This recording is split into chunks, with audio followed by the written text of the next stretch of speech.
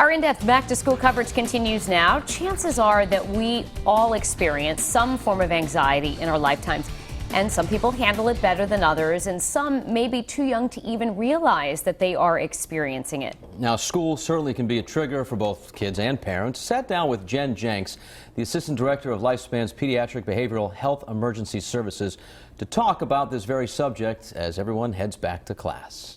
It's very typical, and actually around August, the beginning of August, is when it really starts to crank up for kids. Back to school, 3 words that can make some people very excited, but for others, those words can trigger severe stress and anxiety. It really does depend on the age. The very first thing to do is to help a kid understand that they're feeling anxious.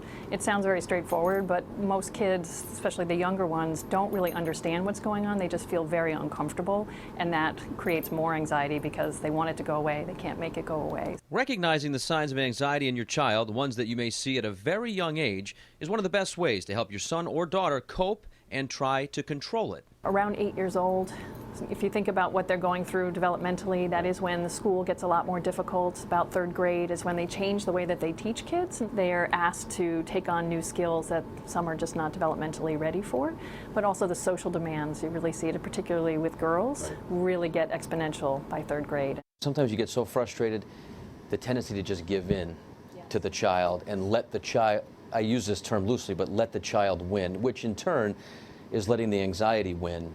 One of the best things you can do, so let's say a child is so anxious they say they can't go to school on a particular day, and a parent gets to the end of their rope and says, okay, you can stay home today, but here's what I'm going to do. I'm going to be calling your pediatrician.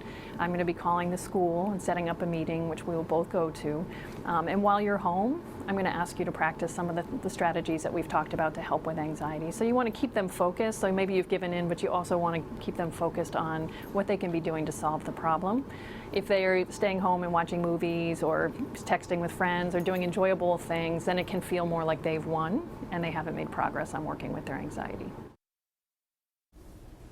Now, Jenks strongly recommends cognitive behavioral therapy as an initial treatment plan. As always, you should discuss that and any other options with your doctor, and other options, of course, include medication. And apparently she also said that she has seen a real increase in schools making an effort to address and also recognize anxiety in the classroom as well. So how about you? Has your child experienced anxiety connected to the classroom? We'd like you to join the conversation.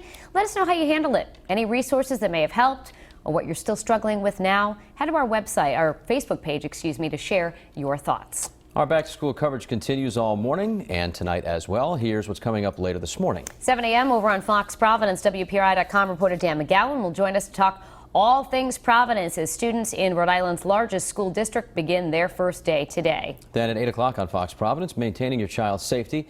In the wake of the massive EpiPen price hike, consumer reporter Susan Campbell finds out how schools are staying stocked in order to properly treat life-threatening allergies.